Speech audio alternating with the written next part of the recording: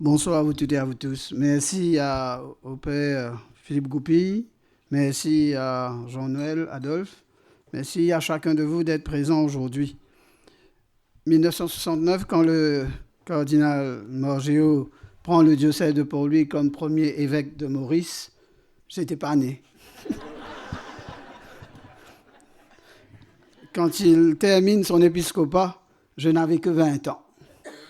Donc, et puis, pour dire aussi, bien sûr, je savais que j'avais un évêque qui s'appelle le cardinal Morgio, quand on venait me confirmer tout ça. Mais je n'étais pas un jeune beaucoup engagé dans le diocèse de Port-Louis, moi. Enfin, j'ai connu beaucoup plus un milieu non catholique qu'un milieu catholique. J'ai grandi beaucoup. Je n'étais pas dans une association catholique. Ma première association a été le Youth Tamil Council, où j'étais ensemble avec d'autres hindous, ensuite avec les musulmans. J'ai grandi plus dans ce milieu-là que dans un milieu très catholique. Mais en même temps, vous écoutant, comment peut-être pour moi, j'ai connu le cardinal Morgio. C'est plus dans les témoignages que des prêtres quand ils venaient au collège du Saint-Joseph, donc dans la personne du... il y avait Henri Souchon, il y avait d'autres qui passaient, et que dans la manière qu'il parlait de la pastorale, de la mission, j'essayais de comprendre aussi comment l'Église vivait. Parce que, comme je vous disais, moi j'ai vu l'Église de loin. Je n'ai pas vu l'Église à l'intérieur, peut-être comme on dit, du système.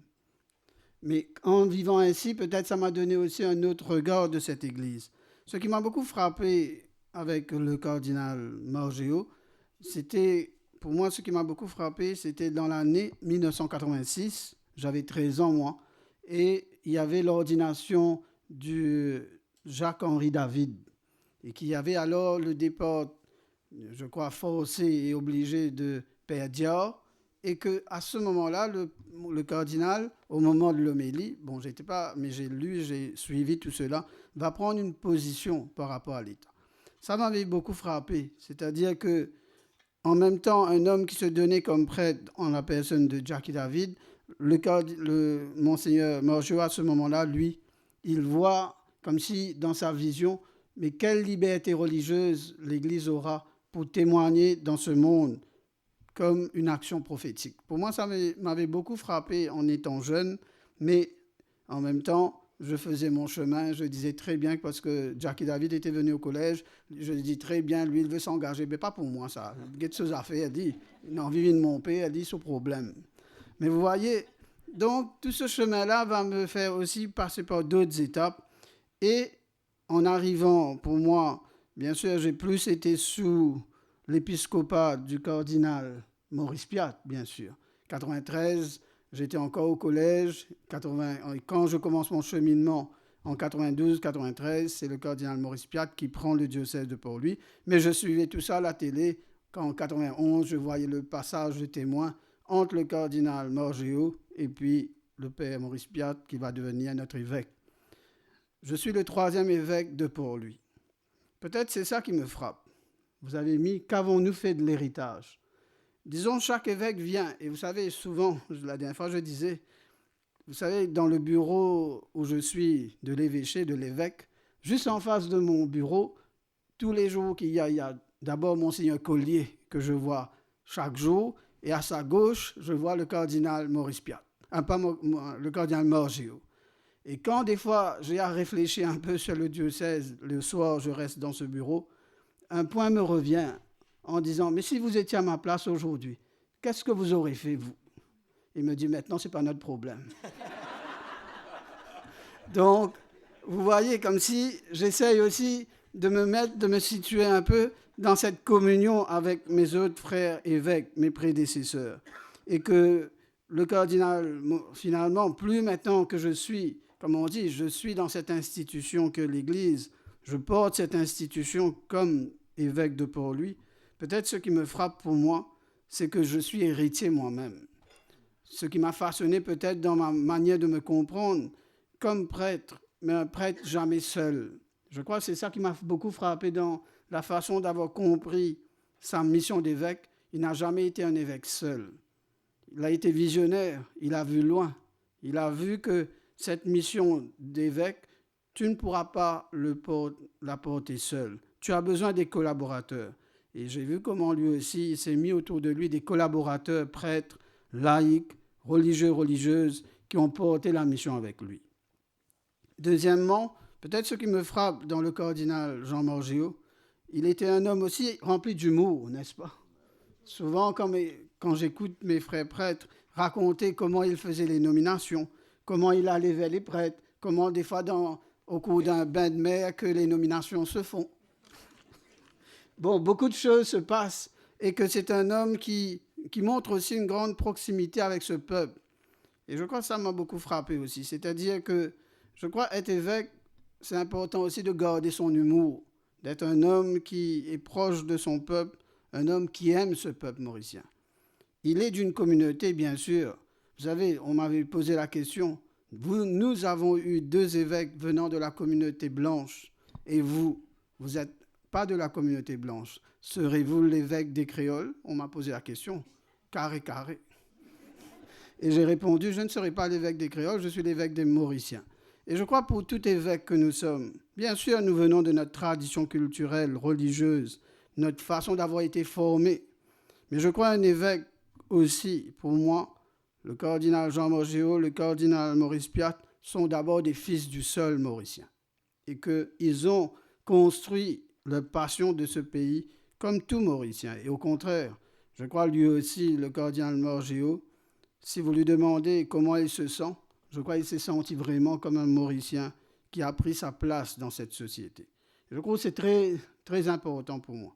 Comme si pour nous, pour notre identité d'évêque, nous venons d'un lieu, mais nous nous ouvrons à cette universalité de par la mission. Et je crois qu'il a bien, intégré en lui dans sa manière de se situer par rapport à lui-même et par rapport à la société mauricienne.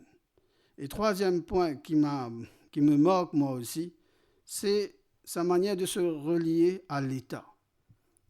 Le conflit des armées veut dire ne pas se situer comme des opposants, des ennemis de l'État. Et je crois pour nous, l'Église catholique, bien sûr, nous sommes des fois peut-être en désaccord. Nous avons des fois nos points que nous voudrions voir avancer, mais jamais de manière violente. Et je crois que c'est très important pour nous. Et je crois pour nous, cet engagement social de l'Église, pour moi comme évêque, je reçois un grand héritage, un grand héritage. Parce que pour écrire cette lettre pastorale cette année, la question Zenes Djibout Pays, c'est-à-dire la conscience, éveiller à la conscience politique et citoyenne, j'ai pris du temps à reprendre les lettres pastorales de mes prédécesseurs, autant le cardinal Morgéo, autant pour le cardinal Piat, pour voir comment eux, dans les moments où ils écrivaient cela, c'est toujours situé dans un temps. Donc le cardinal Morgéo vient au moment, et j'ai bien aimé, c'est-à-dire au moment où nous vivons l'indépendance. C'est-à-dire c'est un grand défi. Il aurait pu se situer avec les 44%. Que serait devenue notre société mauricienne aujourd'hui? S'il avait fait ce choix, lui, en disant, ben non, nous les chrétiens, replions-nous, faisons un parti politique catholique, que jamais l'Église catholique n'ira dans ce sens-là. Ce n'est pas notre rôle, cela. Mais vous avez vu, c'est-à-dire à un moment donné, dans les grandes décisions de la vie, ça m'a beaucoup frappé. C'est-à-dire, finalement, il a été visionnaire en étant de plein pied dans sa réalité. Avortement, dans les grandes questions d'avortement, éthique, bioéthique, la question de la morale de la famille, la morale sociale, la question de la doctrine sociale de l'Église. Mais je crois qu'il nous laisse un grand héritage. Et que finalement, pour moi, peut-être aujourd'hui, évêque, nous ne sommes pas connus de manière directe. Mais tout évêque est en communion avec ses prédécesseurs. Parce que d'abord, nous sommes dans ce collège des apôtres jusqu'au bout. Lui, le cardinal Maurice Piat et moi-même. Finalement, le cardinal Morgéo, le cardinal Maurice Piat, qui l'a connu, qui a été parmi ses collaborateurs. Et puis moi, j'arrive, finalement, je reçois de mes autres, les autres qui sont passés avant moi, les 11 autres évêques, mais particulièrement les 2 Mauriciens qui sont devenus évêques de Port-Louis. C'est pourquoi je vous dis merci pour l'homme qu'il a été. D'abord, un homme du sol mauricien, un homme qui a aimé son pays, mais un homme très engagé pour faire vivre la doctrine, parce qu'il croyait dans la doctrine sociale, dans ce qu'il croit. Mais pour nous, peut-être c'est ça pour moi. Quel défi comme évêque. Mais quand je regarde tout cela, nous parlons d'église à venir. Et je pense comme nous aussi, le cardinal Margéo avait cette espérance de quelle église nous quitterons à l'avenir, dans l'avenir proche, mais à l'avenir lointain, dans ce pays que nous aimons. Et pour cela, ça passera par le laïcat. Je crois aujourd'hui l'Église, marchons ensemble, vive la synodalité. Je crois, lui, il a été un homme qui a bien intégré le Concile Vatican II. C'était des hommes qui ont connu avant Vatican II et après Vatican II. Moi, je suis de plein pied dans Vatican II maintenant, dans la question synodale. Donc, je reçois finalement de tout cet héritage pour pouvoir aussi vivre ma mission. Et c'est pourquoi je n'ai pas peur. Je sais qu'à la rue Gonin, je n'ai pas de fantôme. Mais j'ai des personnes qui ont vécu leur vie chrétienne de manière sainte, en essayant aussi d'apporter dans leur sainteté cette mission d'évêque, en portant ce pays que nous aimons, en vivant cette pluriculturalité, et je crois continuer à construire cette mauricianité. Je vous dis merci pour cela, qu'il prie pour nous, que nos frères prêtres, ceux qui sont partis, qui ont porté cette mission prêtre et laïque, comme Pierre Dinan, comme d'autres, mais qui continueront à nous témoigner qu'il y a beaucoup de joie, bonheur à se donner, à servir, que nous sommes venus non pas pour servir, non pas pour être servis, mais pour servir et donner sa vie en rançon pour la multitude. Merci.